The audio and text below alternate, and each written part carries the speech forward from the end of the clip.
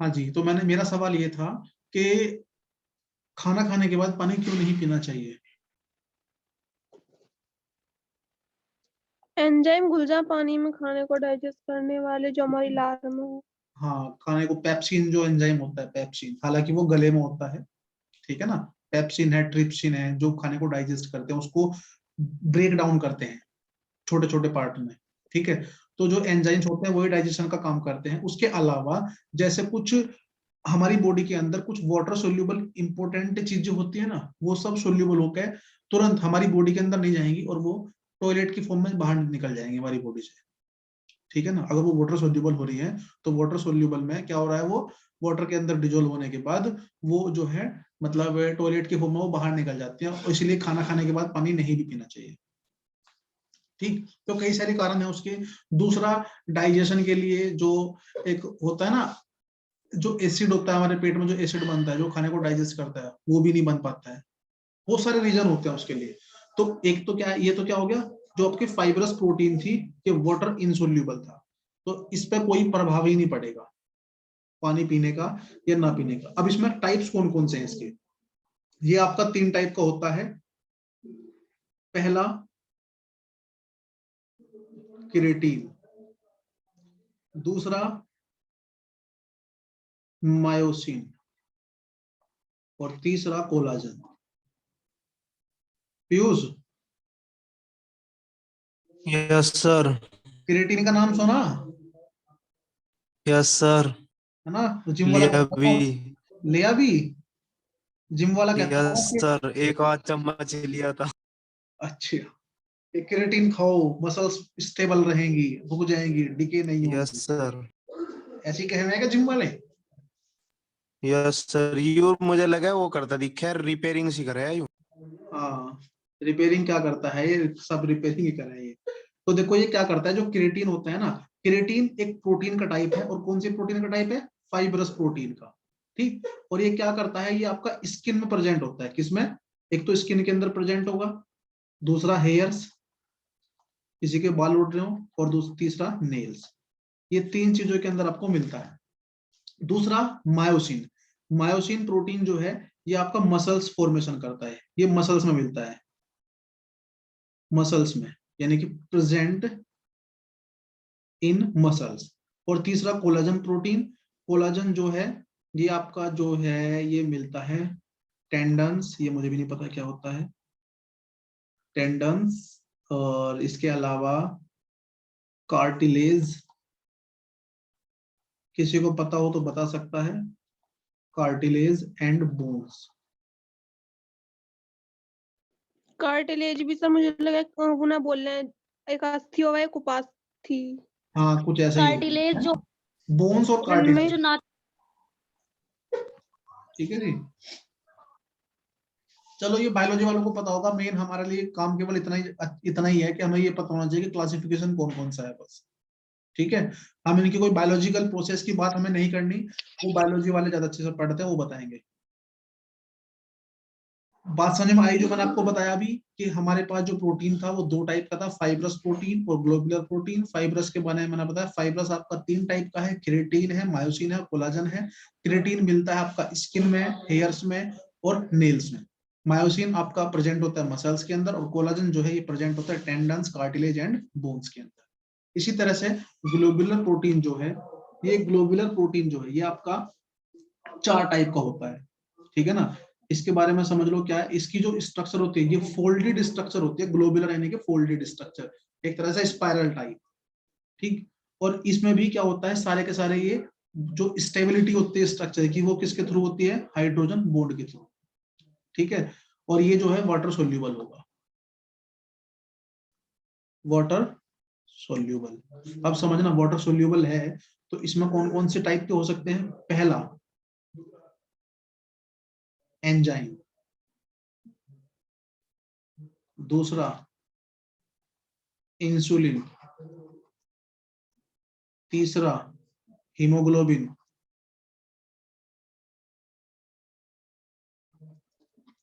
और fourth antibodies, ठीक है जी। तो जो ग्लोबुलर प्रोटीन होगी ये आपकी 4 टाइप की होगी, ठीक है। अब इसके बारे में लिख लेना, वैसे तो बुक में लिखा हुआ है, ग्लूटोखेरा में लिखा हुआ है। ये एंजाइम जो होते हैं, एंजाइम क्या करते हैं आपके, hydrolytic enzyme helps in digestion, जो डाइजेशन होता है खाने का उसको डाइजेस्ट करते हैं। इंसुलिन जो होता है, इंसुलिन क्या करता है, इंसुलिन आपका बॉडी के अंदर शुगर को कंट्रोल करता है, या कह सकते हैं कार्बोहाइड्रेट मेटाबॉलिज्म करता है। इंसुलिन जो होता है ये एक हार्मोन है, और ये बॉडी के अंदर शुगर लेवल को कंट्रोल करता है। जैसे किसी का शुगर लेवल बढ़ जाता है और वो कंट्रोल में नहीं होता, तो एक टाइम के बाद उसको इंसुलिन के इंजेक्शन भी लगते हैं। जैसे कि आपने किसी को देखा हो, कोई डायबिटिक पेशेंट होगा तो उसको इंसुलिन, अलग से इंसुलिन के इंजेक्शन लगते हैं, ठीक है ना। और वो क्या करता है, वो बॉडी के अंदर शुगर लेवल को कंट्रोल करता है, या कह सकते हैं कार्बोहाइड्रेट मेटाबॉलिज्म करता है, ठीक। उसके अलावा हीमोग्लोबिन है, हीमोग्लोबिन क्या करता है, ये आपको पता ही होगा, ट्रांसपोर्ट करता है ऑक्सीजन को, ठीक है ना, सेल्स के लिए। और तीसरा, चौथा है जी एंटीबॉडीज। एंटीबॉडीज क्या करती हैं, एंटीबॉडीज प्रोटेक्ट करती हैं बॉडी को किसी भी एलर्जी से, किसी भी इंफेक्शन से, ठीक। एंटीबॉडीज क्या करती हैं, बॉडी को प्रोटेक्ट करती हैं किसी एलर्जी या फिर इंफेक्शन से। जैसे कि अभी फिलहाल हम बात करते हैं, जो हमें कोविड की वैक्सीन लगती है, वो वैक्सीन क्या करती है, वो वैक्सीन हमारे ब्लड के अंदर एंटीबॉडीज को जनरेट करती है। और एंटीबॉडी जनरेट करने पे, जब एंटीबॉडीज हमारे अंदर एक्टिव हो जाती हैं, तो उस टाइम पे अगर हमें कोई कोविड का वायरस इन्फेक्ट करता भी है, तो हमारी बॉडी, हमारी एंटीबॉडीज उससे फाइट करती है, ठीक है जी। बात समझ में आ रही है, ठीक है। जी सर। तो एक तो हमने क्लासिफिकेशन करा, classification on the basis of molecular structure के बेस पे। इसके अलावा हम इसमें है classification on the basis of chemical composition. Chemical composition मतलब उनकी उनकी जो है, उनके अंदर कौन कौन से ग्रुप्स प्रेजेंट है, उस बेसिस पे किस प्रकार की उनकी स्ट्रक्चर है। Classification on the basis of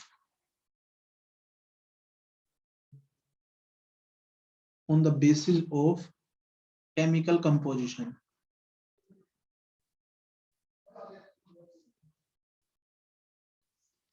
और केमिकल कंपोजिशन के बेस पे जो हम क्लासिफिकेशन करते हैं, उसके अकॉर्डिंग प्रोटीन्स हमारी 3 टाइप की होंगी।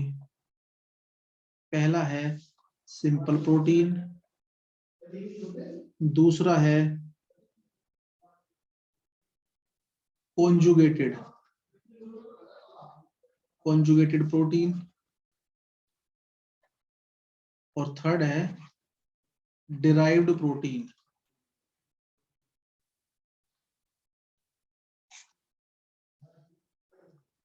ठीक है जी। अब सिंपल प्रोटीन क्या होंगी, सिंपल प्रोटीन होती हैं, सिंपल प्रोटीन हम उनको बोलते हैं जो कि हाइड्रोलिसिस करने पर अल्फा एमिनो एसिड प्रोड्यूस करती हैं, produce alpha amino acid on hydrolysis, ठीक है जी। तो ये जो सिंपल प्रोटीन होंगे, सिंपल प्रोटीन हम उनको बोलते हैं जो कि अल्फा एमिनो एसिड प्रोड्यूस करती हैं हाइड्रोलाइसिस करने पर। इसके एग्जांपल हैं, पहला है जी एल्बुमिन्स, ठीक है। और जो ये एल्बुमिन्स है, ये प्रोटीन वाटर सोल्यूबल होती है, और ये आपको एग के अंदर मिलती है, एग, ठीक। दूसरा ग्लोब्युलिन्स, तीसरा प्रोटामिन्स, ये टाइप्स है सब इसके, प्रोटामिन्स। चौथा ग्लूटेलिन्स, GLUTELINS, ग्लूटेलिन्स। एंड फिफ्थ है जी एल्बुमिनॉइड,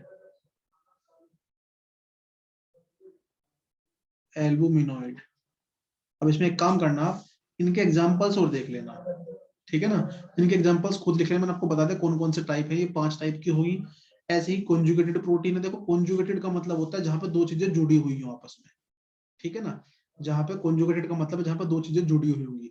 ये सिंपल प्रोटीन नहीं होंगी। सिंपल प्रोटीन का मतलब है जो जो डायरेक्ट अल्फा एमिनो एसिड से मिलकर बनी हुई होगी। कॉन्जुगेटेड का मतलब है ना प्रोटीन भी होगा और प्रोटीन के साथ एक अलग ग्रुप प्रोस्थेटिक ग्रुप भी जुड़ा हुआ होगा, जैसे कि प्रोटीन के साथ कार्बोहाइड्रेट जुड़ गया, प्रोटीन के साथ न्यूक्लिक एसिड जुड़ गया, प्रोटीन के साथ कोई मेटल जुड़ गई, ठीक है ना, तो उनको बोलते हैं हम कॉन्जुगेटेड प्रोटीन। अब कॉन्जुगेटेड प्रोटीन में जैसे हम कहते हैं nucleo protein, nucleo protein, nucleo protein में क्या होता है, न्यूक्लिक एसिड होता है और न्यूक्लियन प्रोटीन होती है, यानी कि इनका दो पार्ट होते हैं, एक तो होता है प्रोटीन प्लस प्रोस्थेटिक ग्रुप, ठीक है। तो जितने भी कॉन्जुगेटेड प्रोटीन्स होंगे उनके अंदर क्या होता है, प्रोटीन प्लस प्रोस्थेटिक ग्रुप। जैसे कि न्यूक्लियो प्रोटीन है तो इनके अंदर क्या होगा, न्यूक्लिन होगा और प्लस प्रोस्थेटिक ग्रुप क्या है, न्यूक्लिक एसिड, न्यूक्लिक एसिड। तो देखो भाई, जो न्यूक्लिन है ये तो प्रोटीन का टाइप है और जो न्यूक्लिक एसिड है ये प्रोटीन थोड़ी ना है, तो ये क्या है, ये है प्रोस्थेटिक ग्रुप, ठीक। तो पहला हो गया जी न्यूक्लियो प्रोटीन। दूसरा फोस्फोप्रोटीन या ग्लाइकोप्रोटीन, ग्लाइकोप्रोटीन भी कह सकते हैं। ग्लाइकोप्रोटीन में क्या होता है, म्यूसिन, म्यूसिन और कार्बोहाइड्रेट। ये आप बुक से लिख लेंगे, मैं नहीं लिख पा रहा इसको, ठीक है ना, मैं इसके केवल टाइप बता रहा हूं। दूसरा है जी ग्लाइकोप्रोटीन, ठीक। तीसरा है फोस्फोप्रोटीन, फोस्फोप्रोटीन, फोस्फोप्रोटीन में क्या होगा, एक तो इसमें प्रोटीन होगा, कैसीन मिल्क होगा और फोस्फोरस ग्रुप होगा। Fourth chromoprotein, chromoprotein. और पांचवा है जी लिपोप्रोटीन, लिपोप्रोटीन। ये मैंने इसका टाइप बता दिए, इनके अंदर कौन कौन से ग्रुप होंगे ये आप खुद कर लेंगे इसको, इतना डिटेल में पेपर में तो नहीं पूछने का। यहाँ पे आपके ग्रेजुएशन लेवल पे इससे डिटेल में नहीं पूछता, केवल टाइप्स पूछ सकता है कौन कौन से हैं बस, ठीक। और तीसरा है जी डिराइव्ड प्रोटीन। देखो डिराइव्ड प्रोटीन का मतलब यही है जिनको आप किसी प्रोटीन से ड्राइव करते हैं, ठीक है। तो ड्राइव्ड प्रोटीन जो होते हैं ये आपके हम बोलते हैं, जैसे कि मान लो कोई बहुत लंबी चेन होती है ना प्रोटीन की, उसको हमने, एक तो होता है कंप्लीट हाइड्रोलिसिस। कंप्लीट हाइड्रोलिसिस करने पर तो क्या होगा, कंप्लीट हाइड्रोलिसिस करने पर वो आपका एमिनो एसिड में टूट जाएगा, बट उसके अंदर जब आप उसको पार्शियल हाइड्रोलिसिस करते हैं तो प्रोटीन्स जो है वो प्रोटियोज या पेप्टोन्स में टूट जाता है, जिनको हम बोलते हैं डिराइव्ड प्रोटीन। जैसे कि मान लिया अगर आपका प्रोटीन था, ठीक है, तो प्रोटीन को अगर आपने पार्शियल हाइड्रोलिसिस करा, अगर कंप्लीट हाइड्रोलिसिस करोगे तो वो ब्रेक हो जाएगा एमिनो एसिड में, बट जब आप उसको पार्शियल हाइड्रोलिसिस करते हैं तो उससे जो छोटे यूनिट बनती हैं प्रोटियोसिस, और उससे भी छोटा करोगे तो पेप्टोन्स, ठीक है ना। तो ये सब वे हैं जिनके अंदर 100 200 400 मतलब लगभग बहुत सारे पॉलीपेप्टाइड चेन होती है। देखो ये भी पॉलीपेप्टाइड है, ये भी पॉलीपेप्टाइड है और ये भी पॉलीपेप्टाइड है, बट प्रोटीन तब बनती है जब उसके अंदर लाखों करोड़ों एमिनो एसिड मॉलिक्यूल्स आपस में जुड़ते हैं, ठीक है ना। तो ये हाईएस्ट लॉन्गर चेन होगी, सबसे लंबी चेन जो होती है तब वो प्रोटीन होती है। बात समझ में आई कुछ? हाँ जी। जी सर। जी सर। तो ये हमने पढ़ा, क्लासिफिकेशन पढ़ा प्रोटीन का। अब इसके बाद हम पढ़ते हैं स्ट्रक्चर ऑफ प्रोटीन।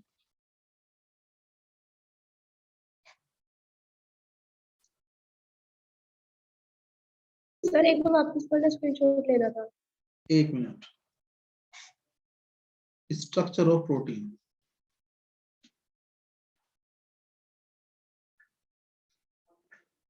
हो गया सर।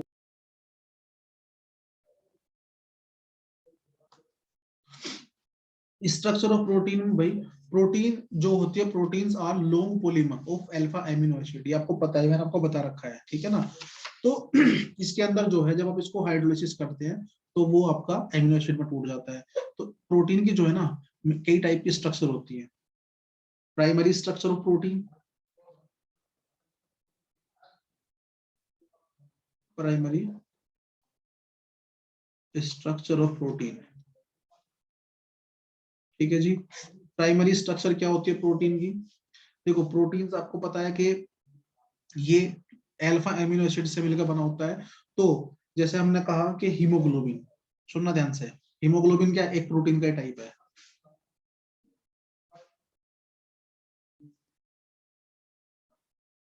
हीमोग्लोबिन, ठीक है।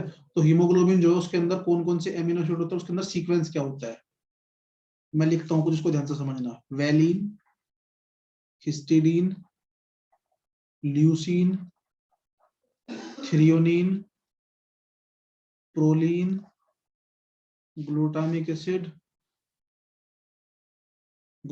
Acid, lysine. देखो ये जो है ये प्रोटीन का, वो हीमोग्लोबिन जो है, हीमोग्लोबिन के अंदर एमिनो एसिड्स का ये सीक्वेंस होता है। अब कहने का मतलब ये है कि जैसे एक प्रॉब्लम होती है, एक बीमारी का आपने सुना होगा, सिकल सेल एनीमिया। एनीमिया होता है ना, खून की कमी बोल देते हैं, जैसे एनीमिया हो रहा है, sickle cell anaemia. Sickle cell anaemia के अंदर क्या होता है, आपकी जो ब्लड सेल्स होती है ना वो डिस्टोर्ट होने लगती है, ठीक है, आयरन की कमी।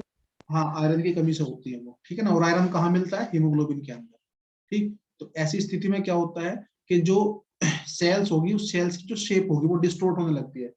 अब इसमें क्या होगा भाई, सिकल सेल एनीमिया की स्थिति में क्या होता है कि बाकी तो आपका सब सीक्वेंस सेम रहता है, बट जो ये, एक सेकेंड,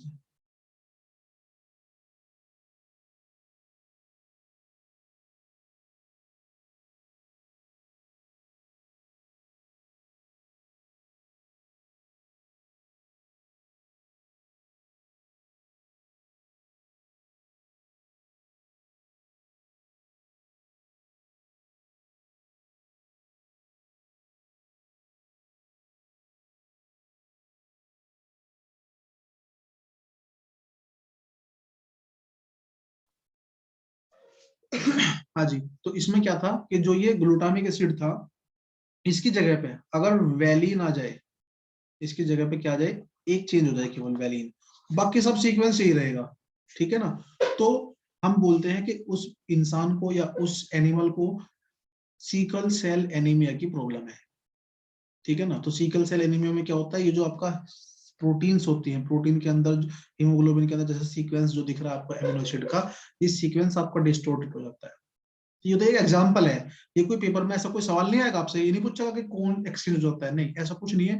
ये केवल एक समझने वाली बात है कि मैंने आपसे पहले ही कहा था कि जब प्रोटीन सिंथेसिस होता है, प्रोटीन फॉर्मेशन होता है, तो एमिनो एसिड का एक स्पेसिफिक सीक्वेंस होता है, ठीक है। और वो स्पेसिफिक सीक्वेंस जब भी डिस्टोर्ट होगा, उसी कंडीशन में कोई ना कोई प्रॉब्लम या कोई ना कोई बीमारी होती है,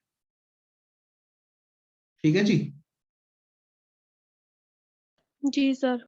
ठीक है।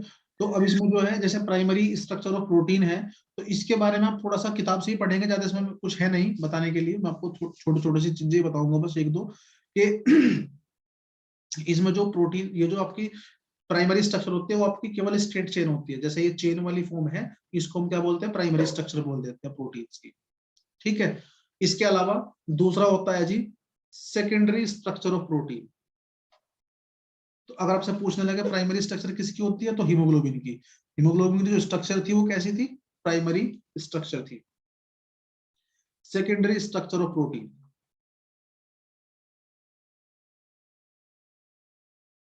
सेकेंडरी स्ट्रक्चर ऑफ प्रोटीन, ये दो टाइप की होती है। ज्यादा डिटेल में हम इसकी बायोलॉजिकल चीजों को हम ज्यादा डिटेल में नहीं पढ़ेंगे, क्योंकि ज्यादा उसके बारे में मुझे भी नहीं पता। तो ये जो होता है सेकेंडरी स्ट्रक्चर, ये खुद दो टाइप की होती है।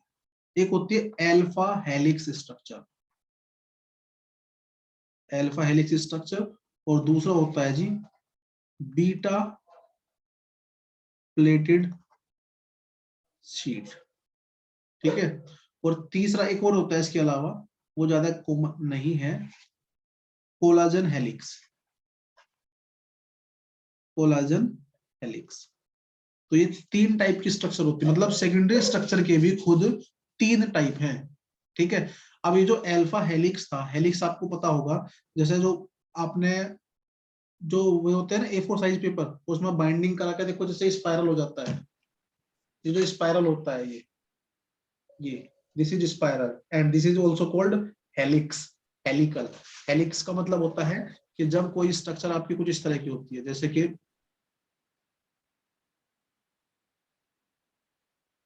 इस टाइप से, ठीक है जी। तो जो इस टाइप की जो स्ट्रक्चर होंगी,